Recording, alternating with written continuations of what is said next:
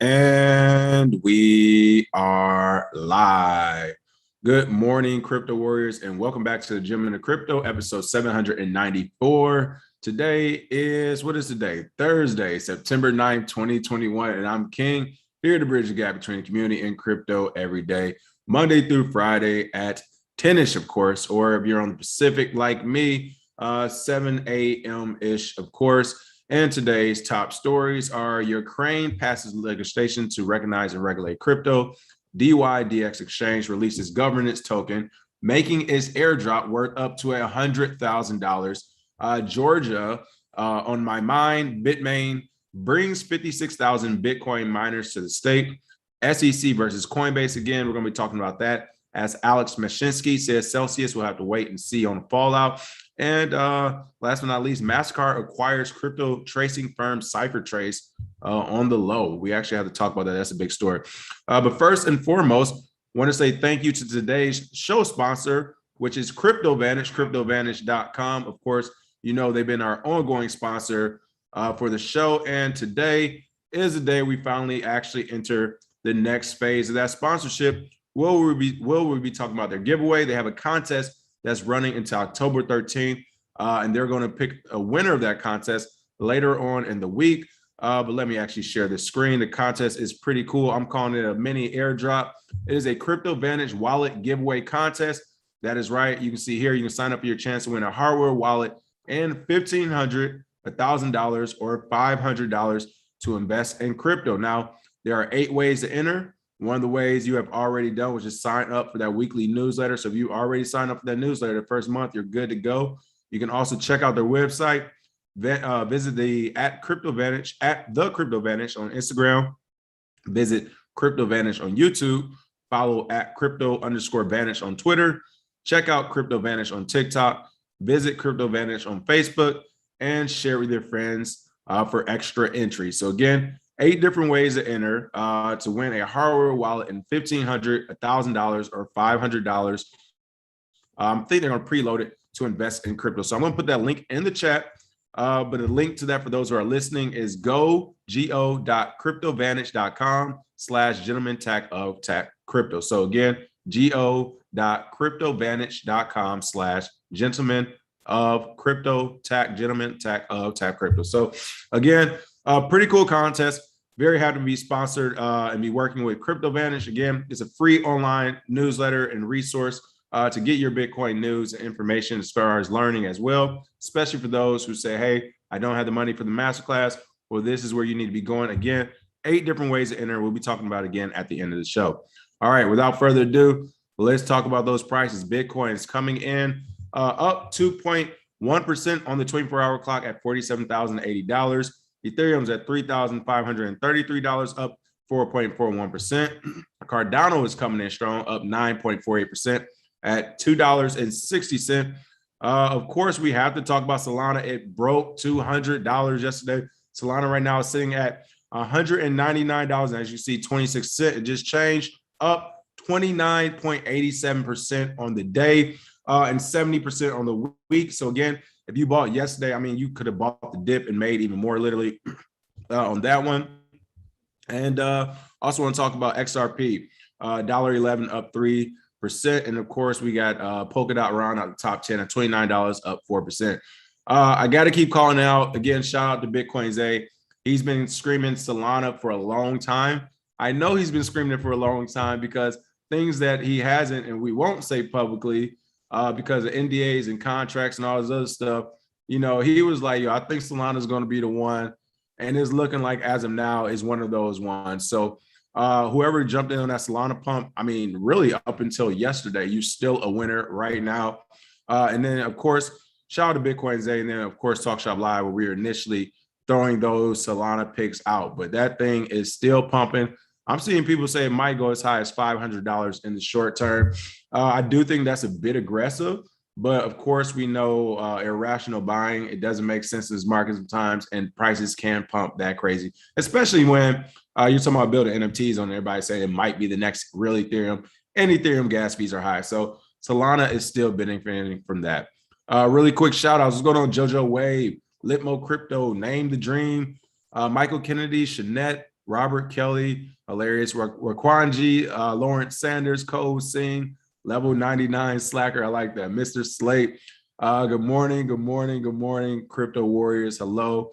Yeah, somebody's in the chat already talking about it. Crazy BX Don, hilarious. Solana $500 by Christmas. What y'all think? Listen, depending on the price of Bitcoin, and of course, depending on if Ethereum's gas fees stay high for the rest of the year, then yes, I think if Ethereum gas fees stay where they're at or just as high as they've been, then a $500 Solana isn't hard to see at all because the competition will be real. It will be shown that EIP 1559 didn't do everything we thought it would, or at least it didn't really change the gas fees what we wanted it to do.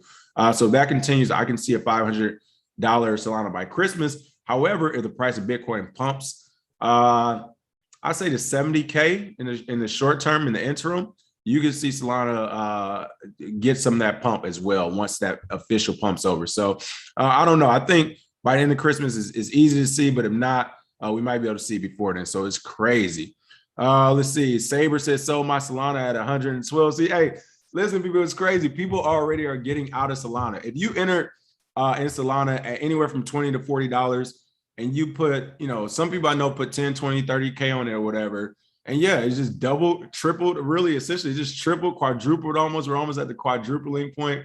Well, actually, we are at a quadrupling point for the $40 mark. So yeah, a lot of people are like, hey, I'm getting up out of here. I'm good. I made my money. And it's time to spend it, or I guess reinvest into something else. So yes, I think Solana will overtake Cardano for the number, I won't say for the number 3 market cap spot, but I will say that I think it'll overtake Cardano. Will it get to number 3? Possibly.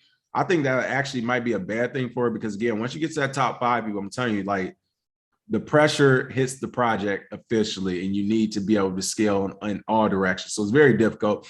But I do think they'll overtake Cardano because Cardano doesn't have a product still, and FTX has his billionaire backing it, and essentially government regulators and all those type of friends. So we will see what happens. Naeem, thank you for fixing that. Naeem the Dream. That makes way more sense.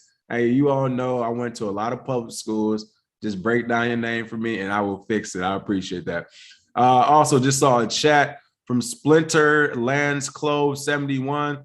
Thank you for the tip. Hey, you didn't change your name again, Clove. What's going on? And welcome back to the show. All right, let's go ahead and jump into it.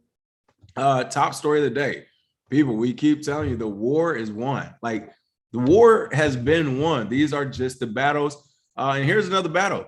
Ukraine passes legislation to recognize and regulate crypto. Excuse me, another battle that has been won at least. Ukraine is hoping its new digital asset regulations will attract foreign crypto exchanges to set up shop in the Eastern European nation. Now, crypto is huge in Eastern Europe. For those who are in the space already know about Romania. They have all types of crypto stuff going on, and it kind of seems like a sanctuary city for some of the people who might be doing nefarious things in crypto. Ukraine's had some things going on all throughout Eastern Europe. They've been in the crypto for years now. So this doesn't come as a huge surprise. It actually makes sense. And I think, again, we'll start to see more countries to do this. Every country that's ancillary to a world superpower, or is it getting what they think is their fair due, I think we'll see them jump into crypto first before anyone else. Like we've already seen with El Salvador. Ukraine is, as you can see here, the Ukrainian parliament has adopted legislation regulating foreign and domestic cryptocurrency exchanges operating from within the country. On Wednesday, the Ukrainian parliament adopted the draft law on virtual assets, legally recognizing cryptocurrency in the country for the first time. The legislation is based on the existing standards developed by the Intergovernmental Policymaking Organization, Financial Action Task Force on Money Laundering, so the FATF. But again, this is a big base hit in the direction of a home run as the Ukraine parliament officially adopts virtual assets. They created the law on it. They're making it clear that they want businesses to run to them. But again, the reason why I think this is happening with some of these smaller ancillary countries is because who's bullying Ukraine, according to them, right? Russia. Russia said, hey, Ukraine, we want you back. You're a part of us. Ukraine wants to be independent. I hear it's all types of things going on in the background as far as, was it power being knocked out by one country, hacks, who knows? But all I'm saying is that, of course, Bitcoin and cryptocurrency can free a country, can free an individual because of the low barriers of entry. So if Ukraine adopts it, if they do start bringing exchanges, if this does help their GDP, if they do become, let's say they become more powerful essentially by enabling Bitcoin and cryptocurrency in their country, this will be something that other countries like their neighbors, Russia, will look at with distaste, I believe. And that will only accelerate Russia from actually doing the same thing. Once Ukraine starts and gets it going, they'll become the sanctuary city for Russians who are involved in crypto. Russia will eventually be like, no, we don't want the brain drain. We want you all to stay here. Let's develop our own legislation to make it worthy for those who are still citizens. So I think this is good for the entire industry, again, especially for that geographic region, but it's not a surprise. Like, we're going to see more of this. Venezuela's talking about, or really has already done it with the petrodollar, even though it's like weird. But Iran talked about it. You have Ukraine now essentially saying we're going to make this thing legal. El Salvador just had their Bitcoin day.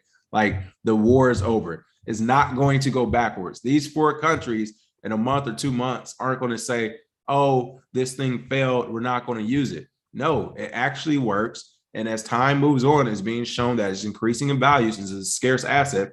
So only thing that's going to happen is that more countries will adopt it. So shout out to Ukraine. I think it's actually one of the biggest countries to actually start to create this framework for it. So this is good in the sense that other larger countries can start to look at Ukraine as a testing ground to figure out what they did, what they wrote into law, X, Y, and Z, and how they can do it as well. Now, I'm going to skip around because one story I do want to talk about, since we are talking about was legal and regulation, is I want to jump back to this SEC and Coinbase story we started on yesterday. Of course, Celsius CEO basically chimed in and said that, hey, we're seeking clarity for similar products. Celsius is doing the same thing.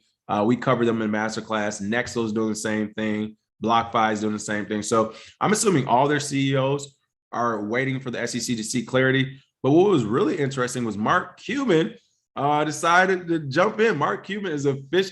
This is what I'm talking about, Mark. Now you're a part of the crypto community. Don't just jump in when Dogecoin is at an all-time high or this pumping or that. Like, jump in when the knives are being thrown. So I actually want to shout out Mark Cuban for this, because he did not have to jump into this one. And if I was his legal team or any part of his team, I would advise him not to jump into this one. Like, what are you, bro? Why are you jumping in front of the SEC? And like, this ain't your beef, homie. Let them go at it.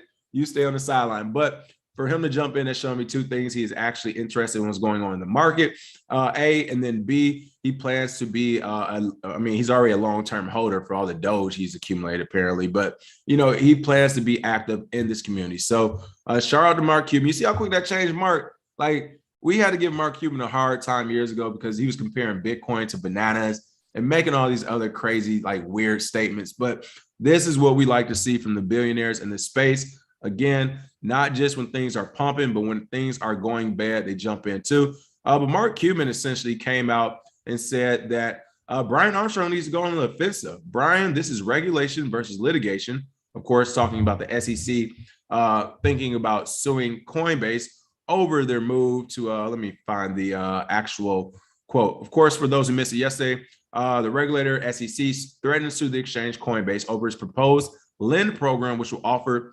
4% interest on customer holdings of the USDC stablecoin. So it's essentially a staking lending program. BlockFi does it. Nexo, as I mentioned, Celsius does it, which is why they're all paying attention now, because what the SEC does will dictate the market, right? So Mark Cuban, again, he came out and said this is regulation versus litigation. They aren't capable, speaking of the SEC, of working through this themselves and are afraid of making mistakes in doing so. I'm assuming that he's trying to put, they want to leave it to the lawyers, just the people you don't want impacting the new technologies. You have to go on the offensive. Now, the problem with going on the offensive is that companies, now Coinbase is, I would say they are prepped in a space where they can go on the offensive. So I will say that. But by and large, most companies cannot go on the offensive because it costs too much. These are new companies, like even Coinbase. It's a startup company still. It's only like 5 years old, 6 years old or something. So you have essentially new companies who are getting new rules by the day. Like, you wake up on a Wednesday and it's like, yo, you need to hire a compliance officer or get a new license for this. So you're paying money there. you're paying for employees, you're paying for losses like the 2 years of a bear cycle, bear market during 2018, 2019. So you have money going in every direction. And then you have to go on an offensive against the SEC. So that is something that no company wants to do, which is why Brian took it to Twitter to enlist help. And it looks like help came. You got the Celsius CEO talking. He has Mark Cuban talking. Like, he has all these people talking, and it looks like help came. But again, when Celsius was questioned about whether this means Celsius would be able to successfully navigate similar regulatory scrutiny to Coinbase, the CEO replied, "Everyone has to wait and see what the SEC will issue as regulation. Looks like Coinbase wants to take the SEC to court like XRP and prove they went beyond the charter." Now, with this story and the last story about Ukraine passing that legislation, here's my issue with both. It's already legal, people. Like, by Coinbase even acknowledging the SEC threatening to sue them, like, they should have just launched a program. Even after they threatened to sue, you should have put that on Twitter and like, SEC said they're going to threaten to sue us, and we create this lending program calling this a security. He should have just did it. He should have just launched it. This is new technology, people. Here's what's crazy about this whole thing with regulators. For one, this is new technology. Like, we're not even giving it a chance to grow before we try to regulate it to death. Two, regulators are made up of other citizens. So again, I have to go back, and I know the answer, but I have to go back to who is pressuring the SEC to pressure Coinbase to say this is security. No one is upset except a group of like 5 bankers who own banks across the planet. Like, that is who is complaining to regulators. Because what ordinary person do you know complaining to regulators? Now, this is what the real issue is when it comes to these lending programs. It's the same thing Bitcoin Zane and myself actually ran into early on. I'm trying to find the actual line here, but they made it clear that they don't want these lending programs to go out to unaccredited investors, retail investors, mom and pops, i.e. all the poor people in America. They're okay with this being offered to those intellectual, high value, accredited investors, as they like to call them. I think to be accredited, what is it, like 200, 250K a year salary, or at least $1 million in net worth. And again, you could be a silver spoon baby and be born with $1 million to be an accredited investor. But if you worked hard to $800,000 in savings, you're telling me you can't. Like, that's what the rules essentially say. So they're getting mad that this is being, oh, here it is. Let me actually pull up this quote. This is what the SEC is really pissed off about. Again, these are our regulators, people. These are the people we pay every day to go in to make sure you don't make more money. The SEC claims yield on USDC may be a security if paid to non-accredited investors. Coinbase did not ask permission for all assets, only for USDC. Again, their beef is that poor people is making money. Like, that is literally their beef. So again, I have to ask the question, who is sicking the SEC on these companies? The bankers are. And there's only like five human individuals in charge of most of these banks. So again, this is crazy to see. If I was Brian Armstrong, I would push back immediately. I will release this, and I will release a newsletter or an email to everyone on Coinbase and say, hey, if you all are okay with this lending program, the United States government and regulatory bodies are also made up of you and your voting power. So make sure you sign this and you push back saying, no, we're not going to take it. You know that was coming there. We're not going to take it. Listen, this is crazy. This is absolute madness to me. Corruption at its finest, gang, all of that. But again, you get to see it happen right in front of your face. And my point with them is the same as Ukraine. For those in Eastern Europe, Bitcoin and cryptocurrency has been alive and well for years. Like, when I tell you, I've talked to people who made millions of dollars in Bitcoin in Eastern Europe, it's alive and well. So for Ukraine to come out and say, okay, we're going to draft legislation, same with the Ukrainian population, same with the American population, as the government tries to do these tax infrastructure bills around crypto. It's like, no, it's already legal. It already works. And no matter how much you want to try to control it, you can't. Now, of course, all of these countries, the SEC, and all these regulatory bodies will maintain and assert some type of control, because some people just love that, right? I understand some people love it. I saw a funny meme the other day that said if they were loading up buses and trains, telling people you had to go to these COVID camps to say to stay healthy, that people would go. I can see that happening. They literally had a bunch of Greyhound buses. They was like, hey, we got to send y'all to COVID camps to keep y'all safe. I can see half the American population lining up to go to these camps. So I get it. I understand. All I'm saying for those, especially those CEOs, like I forgot who commented on it yesterday. One of our crypto warriors commented, great comment. All these CEOs and project founders need to get together and sue the SEC together. Celsius, BlockFi, Coinbase, and Next. So you four have enough resources and have enough power to go, and Mark Cuban's right, to go on the offensive all together to go after the SEC for all types of just infringement and corruption. So I know that's tough to do though, because it takes some big cojones that a lot of these people just don't have. They've been behind computers their entire life. They never really got out to the bars to throw somebody through a candy glass window or nothing. So I get it. They like, look, I don't get that type of fight in me. I understand. Then you all need to hire some more lobbyists or something. Get a better legal team, because for you just to be running, like literally just running for help every time the SEC comes after you, and you got a multi-billion-dollar war chest, that is crazy. But hey, it happens. All right, let's take a peek at some of these comments. Solana is right on BNB's behind, said level 99 slacker. Kadeem, nice, said lowest buy was $26. I think my average is now $99. That's right. I'm glad to see everybody's making good money on Solana for sure. Alec got to come on. Listen, people, we're gonna get our show host and our show moderator and showrunner Alec on the show one day. He's down in Mexico learning how to use Bitcoin in Mexico by the way of Simon Family Ventures. So when Alec gets done with that experience, we're going to try to get him on the show as well. Oh, Milto, much appreciated. He said too many people are evading the like tax. Listen, you all caught a sample of it yesterday, but you do not want me to start singing. All right, that is not what I do. You don't want it to happen. Like, you just hear my voice right now is already terrible. Don't make me do this. I'm like, I was supposed to say I'm gonna cough halfway through his singing. I couldn't even get, or through his song. I couldn't even get the words out. All right, Ryan Cooper said Panama is right behind El Salvador. Yes, Ryan Cooper, Mark Cuban for the assist. It's about time, right? Let's see. Real talk. Thank you for the tip. Are the gents gamers held to the yes when we can? We try to be. If so, are the gents familiar with Star Atlas, the game that pays on Solana? I am not, but I am about to save that right now. Star Atlas, a game that pays on Solana. Going to check that out. And will Cardano catch up to Solana's edge in NFTs and gaming? Like I said, I don't think that's actually going to happen.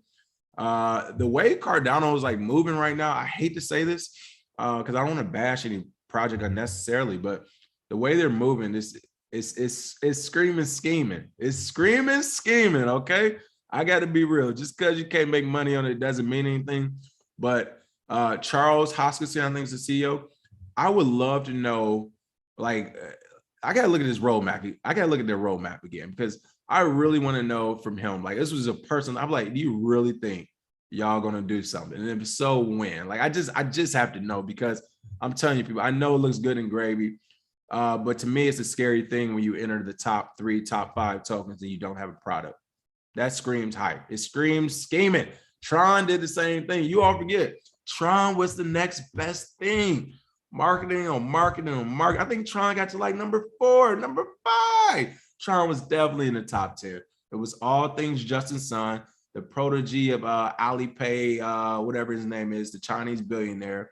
It was all things Justin Sun and Tron, and they're the best and top 5 and accelerated pumps and with no product, or no really good product at least. So now I'm seeing the same thing with Cardano. It's a worrying thing. So I want to take a quick peek at this. Since you told us, you got to check this out. Star Atlas, a grand strategy game of space exploration, territorial conquest, political domination, and more. So I would definitely have to check this out. My only question would be, how much does it pay? I'm assuming it pays. Yeah, it pays on Solana. Yeah, for a game like this, I would definitely want to know how much it pays, because most space exploration games, territorial conquest, it seems to be almost like open world, perhaps. But definitely seems like it has a storyline that would keep somebody on the game for hours, if not days. So if not months. So something like that would actually be a good game. So I got to check that up. And we're seeing what Axie Infinity and Gala, the Gala node is doing, Gala Games are doing. Like, those tokens are exploding right now. So we're already seeing that tokens that are being used in these games, they are exploding in real time. People are making a lot of, I think, Axie's went up like 50 or 60% as of recent, and then Gala Games also went up some ridiculous percentage. I don't even want to throw it out there, so we'll see what happens. Bill Spiff said Mark had his own SEC issues in the past, so he gets it. Of course. And I think I saw Reggie in the comments. I got to check this out really quick. Lift Hunt Gang, what's the word? What's up, brother? My trash boss changed meeting times to now, so I missed some of the lives. All good. Hey, tell your boss to turn this on so y'all can check us out together. Let me keep going down these comments. Like I said, I think I saw Reggie jump in. PFC Wells, what's going on, track? Alex Ben said he's not fighting the SEC on anything. He will comply with everything, and that's why I had to step back from them. Remember, Reggie used to say the same thing. Yeah. Let's see. All right. What's going on? Rendo like Denzel. There we go. Reggie, what's going on? Reggie Middleton in the chat. Thanks, Reggie, for being here. Believe it or not, it may be cheaper to go on the offensive than it is to play defensive. Ooh, all right. I appreciate that, Reggie. I will trust you on that. Mark Cuban and Reggie saying that I'm definitely going to trust that advice. But let's see here. Reggie also was talking about Mark Cuban here at the bottom. Hold on, I just missed this. Reggie said Mark Cuban had beef with the SEC. They went after him for insider trading, and he actually beat the case. Oh, okay. Well, hey, again, shout out to Mark Cuban for the assist.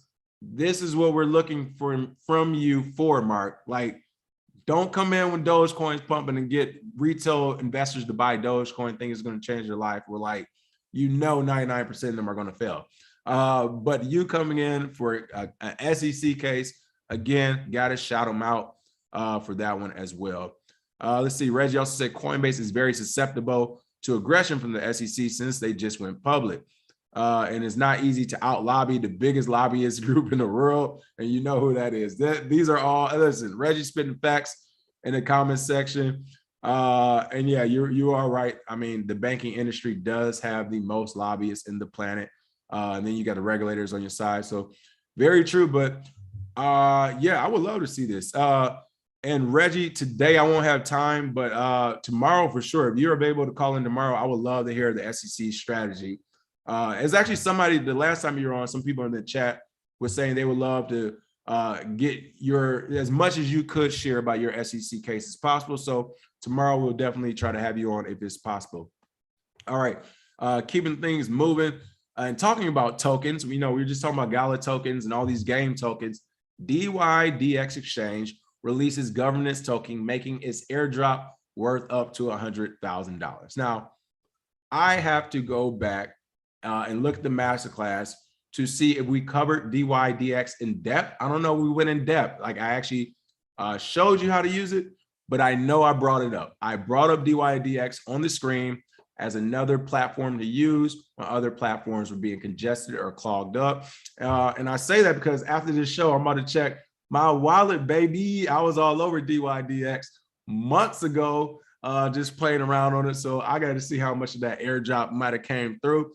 But it looks like the dYdX governance token becomes the latest airdrop to surpass $100,000 for the most active users, and the DEX's transaction values highlight the rising popularity of layer 2 platforms. So again, dYdX is a layer 2 platform. For those who don't know what that is, it's so you're not on the main platform. Let's say Ethereum, you're not using the Ethereum chain and you're not getting charged all those high gas fees. You're going to a layer 2 platform that's going to do the transaction for you essentially, and then it will reflect on that primary platform eventually. So the good thing about the layer 2 platforms, as I explained in the masterclass, is that since they're all new and since they're all in beta, same with DeFi, a lot of DeFi protocols, the only difference is DeFi isn't doing, the DeFi protocols aren't giving you an airdrop.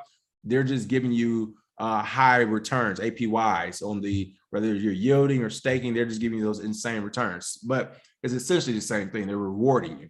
But these protocols, these governance tokens that are dropping, they're just dropping for free in people's wallets who use the platform. So again, the latest project to surprise its community and supporters with retroactive rewards for its newly minted token is dYdX, a non-custodial, decentralized derivatives exchange that operates on a layer 2 version of the Ethereum network.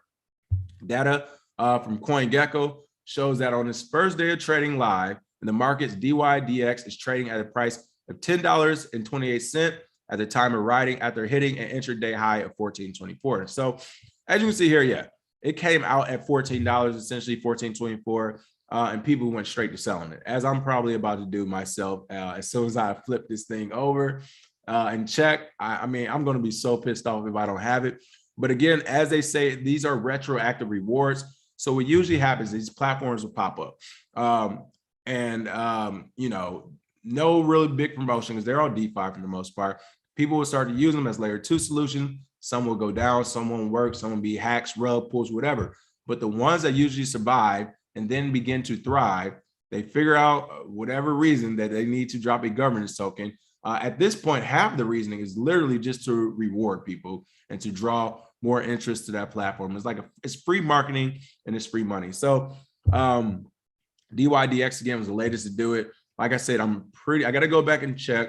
But as far as how in depth I went on it, but I know I showed this one in the master class because I have it bookmarked. I've been using it here and there. But again, the number of tokens received by each user was determined by their previous trading activity on the platform, with the lowest tier user receiving 310 tokens for trading at least $1.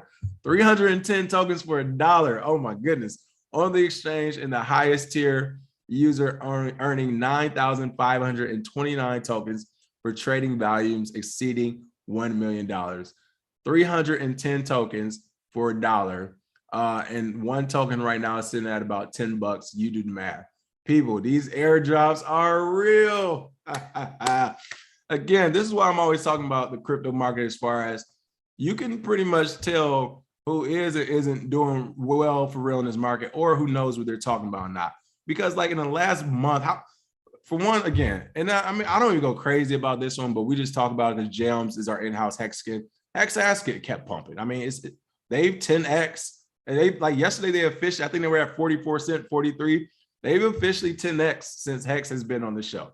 So Hex is 10x. Solana just in the last literal few weeks since we publicly called it on the channel at 60. On Talk Shop Live, we called it before that, but I mean, that has already doubled, almost tripled. And then again, we talked about dYdX and some of these other platforms on Talk Shop Live, as well as the masterclass.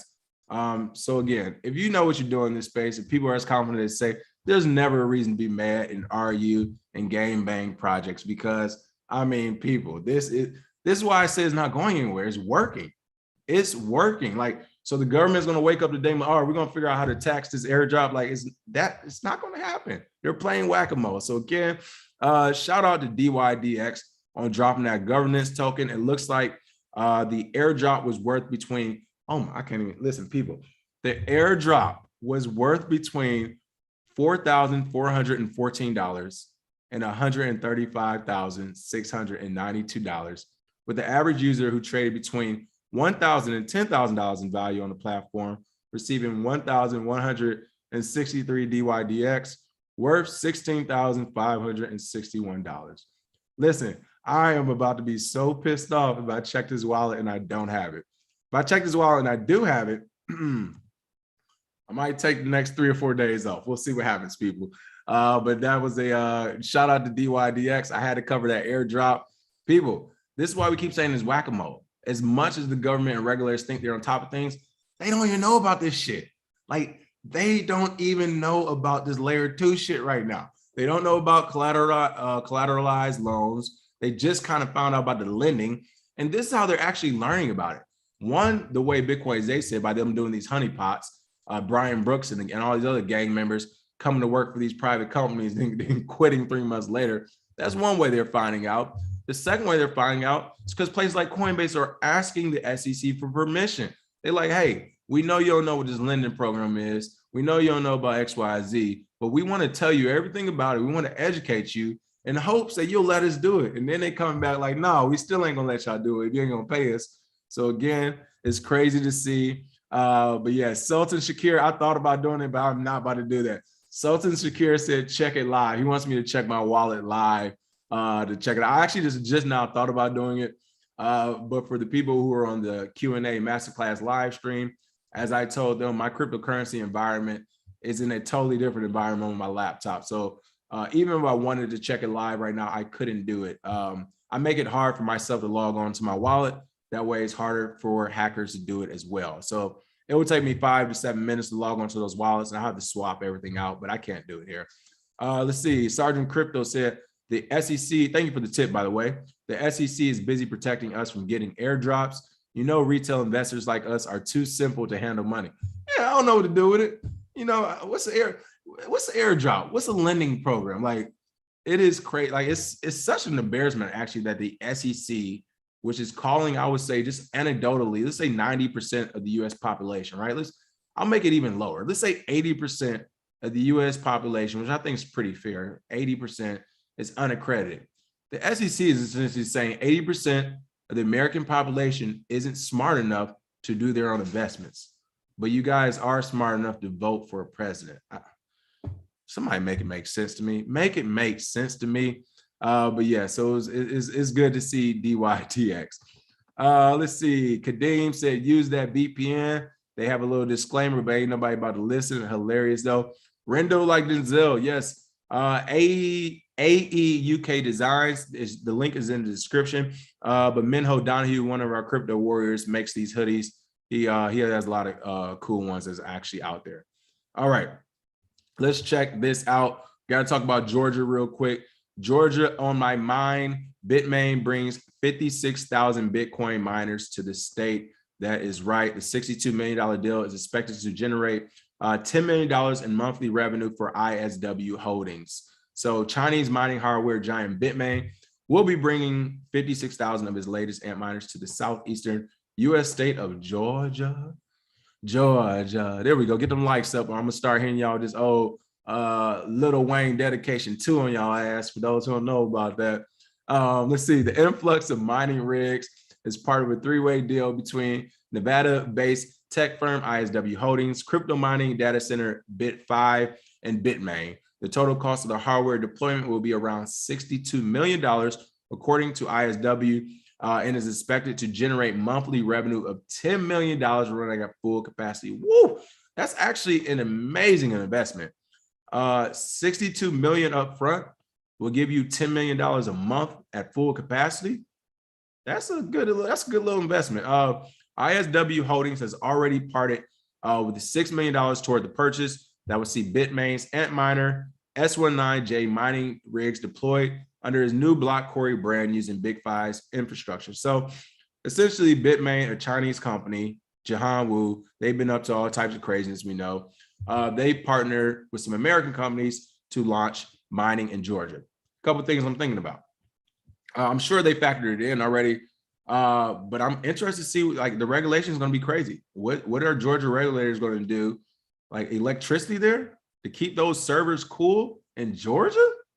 A lot of money, a lot of electricity. So first and foremost, would love to see what the regulator is going to do, because as we already know, who the fuck knows? Like, however they wake up and feel is what they're going to do. So that's going to be the first thing to kind of check out, is their direction. And then the second thing, after the regulators and the governors and the state, the electricity companies, private companies, what are going to be the prices? And then, of course, will this even work? And last but not least, it may actually be a good thing for Americans. And the reason why is because if Bitmain is partnering with a Texas company. Now, for those who don't know, these miners essentially make mining Bitcoin more efficient.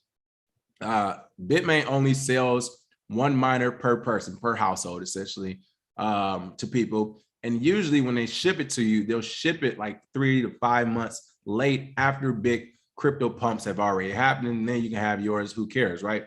However, knowing how supply chain management works, or lack thereof, what's going to happen first on the front end is going to be, I think it's going to be even more restrictive for US citizens to get these Antminers, right? Because now you got a company that wants to monopolize it in the United States.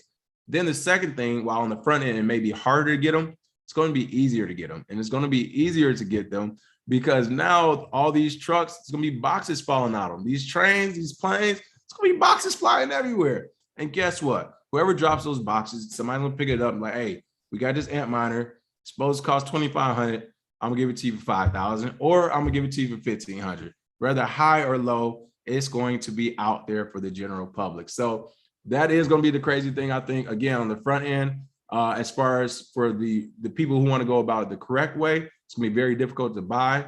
But on the back end, you'll literally be able to just get it from like the neighborhood OfferUp or eBay. Oh, there's ant miners on eBay all of a sudden. It's like, yes, I got a bunch of ant miners on eBay all of a sudden. Like, I am guaranteed. People's going through Georgia. It's going through Georgia. Prohibition ain't teach you nothing. Listen, a lot of woods, a lot of boxes fall out of all types of places there. I don't know. I want to see what happens, but we'll see what happens. Ryan Cooper said the self-sustainability model. George Hernandez said regulators don't know how to regulate digital assets. They don't understand it. Most of them are from the old traditional system. Yes, and John, I'm not going to try to pronounce your name, but you can pronounce it for me. I will try next time. But say, have you heard about the upcoming documentary on El Salvador? I haven't, but I'm going to check it out. He said, check mcontent.net. All right, going to check that out.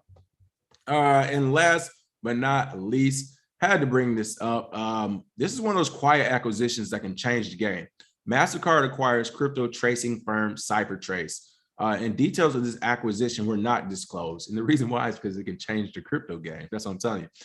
Payments firm Mastercard has bought CipherTrace, a crypto analytics firm. And I'm pretty sure CipherTrace has done some type of analytics that governments even used. But the surprise acquisition announced Thursday by the companies in a press release gives Mastercard the ability to track over 900 cryptocurrencies. So it looks like they're getting serious about developing their crypto desk over there. Details of the acquisition were not disclosed, though it speaks to the recent boom in the crypto tracing sector as governments and banks look to ramp up monitoring and compliance.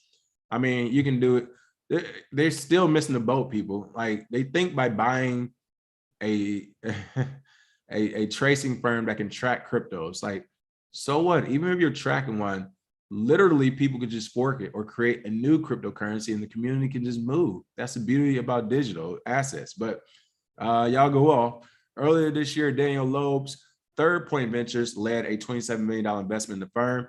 And that round was on the heels of a $100 million Series D that valued competing sloyding firm, I can't even pronounce that word, Chainalysis at $2 billion. So Chainalysis, CipherTrace, like companies like this are about to be bought up by every bank ancillary, venture capital company out there.